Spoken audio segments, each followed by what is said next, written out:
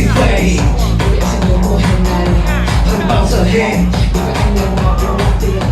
Một cái nhạc vào việc sự em thai và em qua từ trên nhìn xuống nó hồi lúa.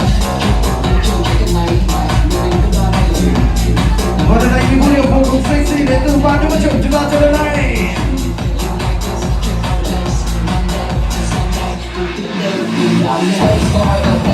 Và hôm nay liệu rằng ai sẽ mang về tấm vé trị giá 3 triệu đồng cho những chương trình nhất đẹp nhất cho đến nay? Hai tay anh em ơi! Yeah! Về đợt của anh.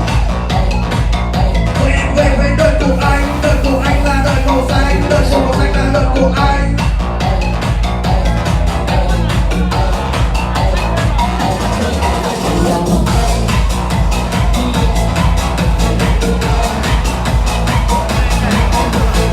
Hôm nay tăng tốc nhanh hơn nữa nhá. Hai tay giơ cao.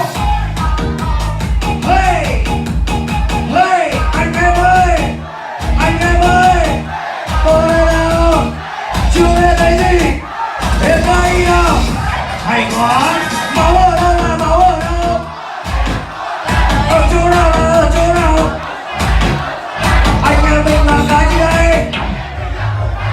Anh em mình làm cái gì đâu? Hay quá.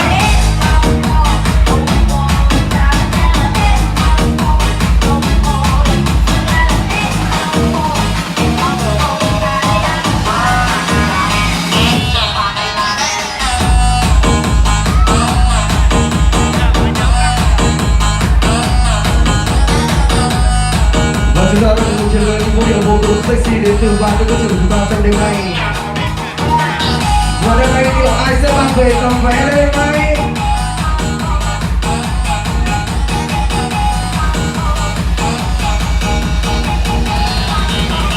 Wow! Xin cảm ơn ban giám khảo rất là nhiều. Xin một tràng vỗ tay thật lớn lên nào. Rất tuyệt vời.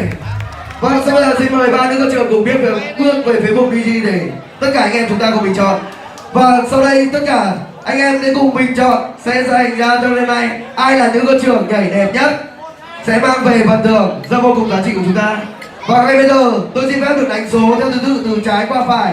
Chị gái vô cùng xinh đẹp mặc bộ ru màu đen mang mã số 1, chị gái mặc váy xanh mang mã số 2 và cô gái mặc áo lưới mang mã số 3.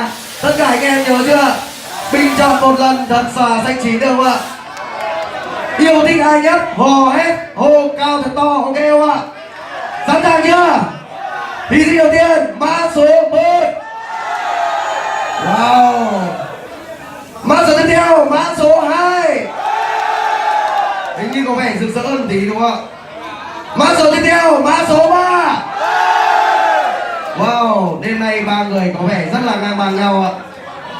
Bình chọn lại một lần nữa đâu ạ? Một phát cuối cùng, ai hô to nhất thì giành sẽ mang về phần thưởng trị giá 2 triệu đồng và 1 triệu của anh Tiến Sông Đào, ok không ạ? Con đằng xanh. Mã số đầu tiên, mã số 1. Có vẻ ít rồi. Mã số tiếp theo, mã số 2.